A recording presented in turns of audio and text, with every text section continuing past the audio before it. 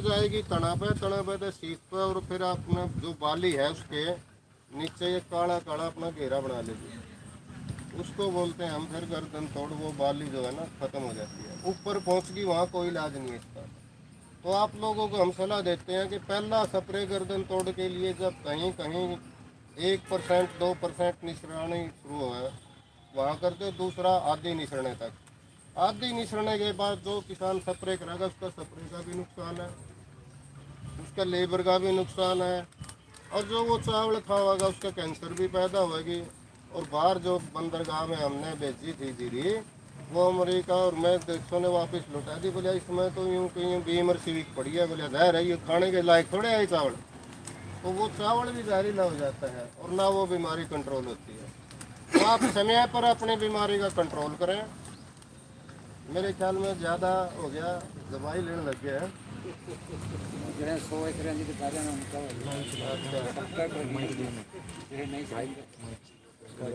चलो, मैंने धान के बारे में कोई आपका सवाल हो तो बता दो। कपास के बारे में अब की बार कोई कीड़ा और बीमारी है नहीं मारा, एक संदेश जरूर है कपास वाले किसानों का। यदि आपने कपास बोनी है तो मार्च तक अपना खेत के छटियों के बन छटियों के पिरंते वो घर आ जाने चाहिए। गुलाबी सुंडी का जो बीज है वो 2 बिनोड़ों को जोड़कर या गुलाबी सुंडी सुप्त अवस्था में पड़ी रहती है। जब आप कपास की फसल बोते हो, आध खिले और आध जड़े जो टिंडे होते हैं आपके, अस्सी होती है, उसके अंदर कोई भी 2 बिनोड़े मिल जाए उसके अंदर पड़ी रहेगी। जो ही कपास की फसल बोगे उस तुरंत टाइम आता वो उसकी तितली बन के वहाँ अंडे दे देगी। वो गुलाबी सुंडी का सबसे बड़ा कारण बनता है। आपने मैं बह दिया तो वो 2 बिनोड़े फिर मैं बहेगी। जो एक कपास का एक अप्रूट रहता है वो तो इस 2 बिनोड़े ना काटते हैं, उसके अंदर भी ये दिक्कत हो जाती है। तो जो भी किसान खेत में कोई छड़ी छड़ी हो तो वो अपना कड़िया बाजार का डाले उसको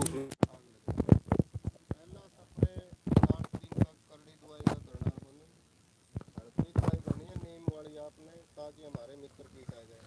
अब मैं फोटोग्राफर को दिखा रहा था एक कीड़ा, उसका नाम है प्रेइंग मैंटिस, राम का घोड़ा वर्ग कीड़ा है वो। अगले जो उसकी भैया आवाज आ रही है तो एक बार कमेंट करना।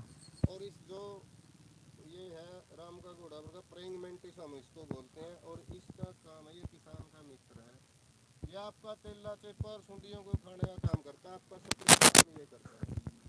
इसी प्रकार से आपकी मकड़ी है, ये एक दिन में 50 केले खावे है जी, गाना बना के उनको वो करती है। रेड़े तो ये आंदन आ रही, ये डंक मार गए सुंडी को अपने बच्चों का भोजन के लिए करती है। एक दिन में ये भी काफ़ी आपका सपने है, ये भी आपके मित्र की तरह। अब आप तुलसी देख दोगे जब बारिश आती है, इनका काम है तितली पकड़ना और सुंडी खाना, ये भी आपके मित्र है। डैमसल फ्लाई है, शेरफरी माखी है, भिन भिन करे जावा उसके ऊपर को। और फरवरी मार्च में तो आपके पुष्पों के बाड़े में भी आ जाती है, जिसका शहद की मक्खी वर्ग आकार होता है, पीला रंग की काली धारी होती है उसके ऊपर। वो 50 के करीब अंडे देती है, और उसमें से जो उसका कुदरत को काम दिया है वो केवल चेपा ना खाओगी तिल्ला ना खाओगी, 50 खावा एक दिन में।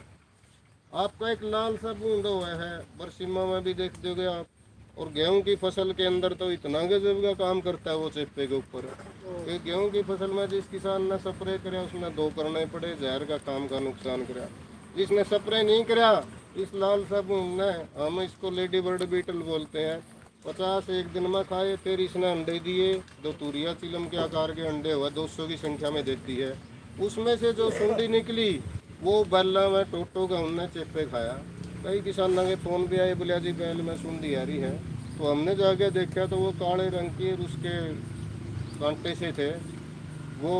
हमने उसकी लेडी बर्ड बोतल की सुंडी पाई, तो ये तो महान फायदेमंद है। तो उस किसान के लिए स्प्रे का काम इस मित्र कीड़े ने कर दिया। तो आपने इस कुदरत के अंदर भी कुछ आपके साथी हैं, उनको हम मित्र बोलते हैं, जो आपकी फसल को उगाते हैं वो दुश्मन बोलते हैं उनको। तो इनका भी हमने ध्यान रखना है।